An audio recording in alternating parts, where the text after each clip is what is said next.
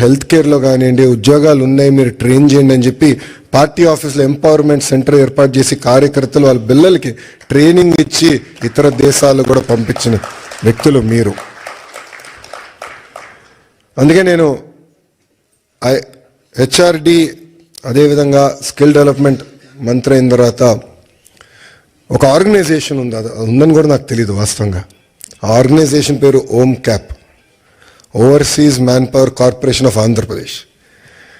అదొకప్పుడు బాబు గారే blue collar workers అంటే construction workers middle ఈస్ట్కి వెళ్ళేదానికి ఒక ఆర్గనైజేషన్ ఉండాలని చెప్తే మేమందరం కూర్చుని చర్చించి బాబు గారితో కూడా చర్చించిన లేదో అది బ్రాడర్గా చేయండి, ఎక్స్పాండ్ చేయండి.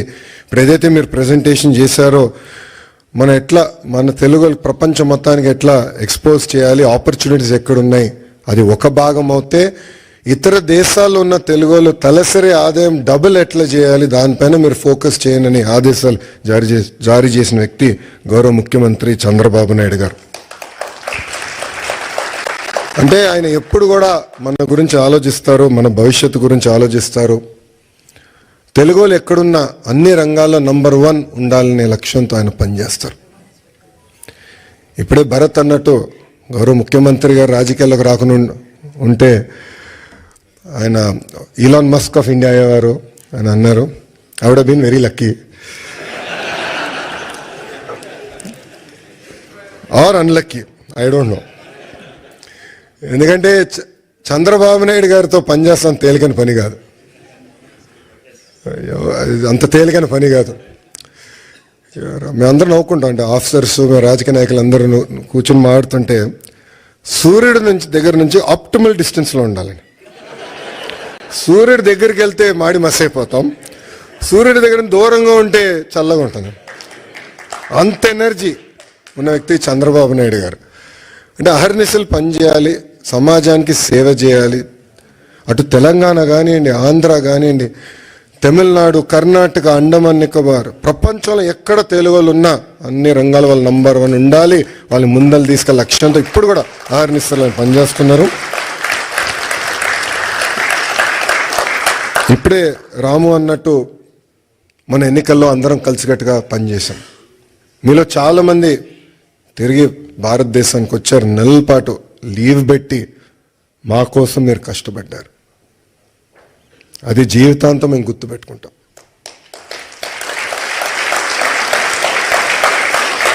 ఎందుకంటే మీరందరూ ఇక్కడ ప్రొఫెషనల్స్గా ఉన్నవారు, ఇలా ఆంటర్ప్రినర్స్ చాలా తక్కువ మంది ఉంటారు. సో ఒక 2 నెలలు 3 నెలలు ఆఫ్ తీసుకుని వస్తాం అనేది తేలికని పని కాదు, కానీ మీరు వచ్చారు.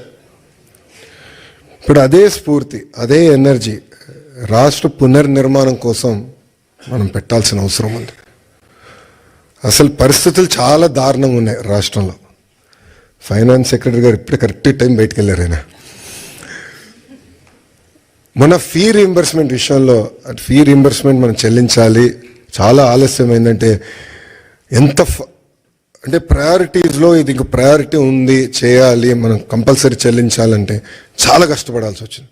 అంటే అప్పుల పాలైపోయాం, వడ్డీ కట్టలేకపోతున్నాం, జీతాలు సకాలంగా చెల్లించలేకపోతున్నాం, అనేక ఇబ్బందులు.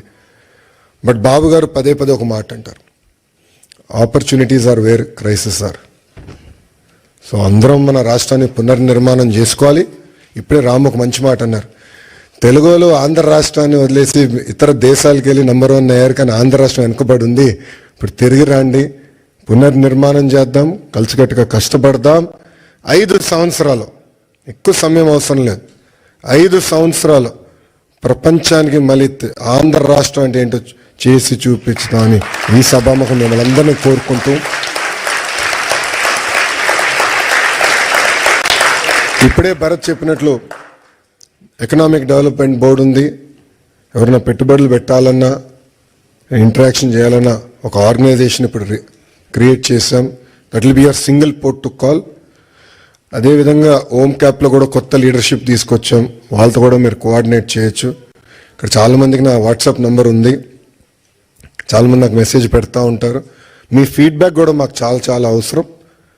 కేవలం అభివృద్ధి కాదు, రాజకీయ పరంగా కూడా మీ ఫీడ్బ్యాక్ మాకు చాలా అవసరం. Time to time me feedback తీసుకుని ఒకవేళ దారి తప్పుతున్నా అంటే మళ్ళీ సరైన దారిలో పెట్టాల్సిన బాధ్యత కూడా మన పైన ఉంటుంది.